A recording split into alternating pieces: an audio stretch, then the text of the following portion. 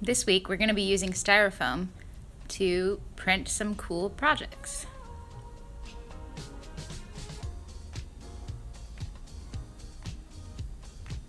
We're also going to be printing onto old book pages because I think that just adds a really cool aesthetic to it. Here are the supplies that you will need for this project. And here are just a couple of examples that I made for the project. We'll go over these more in depth later. So you're going to start by drawing your design onto the Styrofoam. You want to really make sure that you indent the Styrofoam pretty deeply so that when you put your ink onto there later, it won't print in those areas. Here you can kind of see it in the flower, how it's gouged down into the Styrofoam tray. And then with the star, I just poked dots. You need 3 to 5 images on your Styrofoam tray. And then, using either an X-Acto or scissors, you're going to cut out your little plates. There are 2 methods we're going to use. The first one is going to be the Sharpie method. Basically, in this method, you just color your entire little Styrofoam plate with a Sharpie. Fill in every little area that you want to print, and then spray it with an alcohol spray or body spray that has a lot of alcohol, and firmly press down onto the book page. It'll leave a cool little stamp.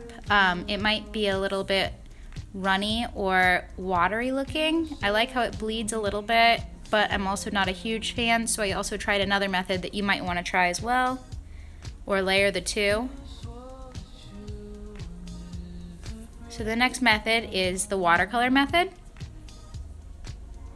In this method, like you might guess, you will cover your entire plate with watercolor. And you want to use a pretty thick, almost pasty application of watercolor, not as thin as we would usually use when painting with watercolors. Make sure you cover every little section.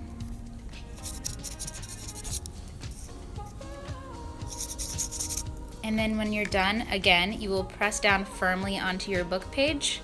Here you can see the combination. The black is and brown are the watercolors, and the red-orange is the Sharpie that I used. I think I got a little bit of better detail with the watercolor, and I also liked how it was a bit washy. So you'll see that here on the next image. I did a bunch of them, and I don't know if this is too much, but it kind of serves as a pattern. You can see the different washy aspects. You can see where I put too much water in it. That kind of looks cool. You still get some definition. I tried where I didn't add watercolor every time and I printed multiple times, and then you get kind of a little bit less of a transfer, but that adds some texture. So experiment, play around with these 2 methods. When you're done, you will create a final project that you use a different book page. After having experimented, do the best that you can to create one final cool looking print. These are some previous student examples. We used ink in this example, but I just thought it might be nice to see different layouts versus the 2 examples that I created for the assignment. Here I like how he outlined different parts of the text. In the previous example, I liked how the guy used stamps. So, have fun. Let me know if you have any questions. Further details for the assignment and daily schedules are available on Canvas, and I hope you enjoy.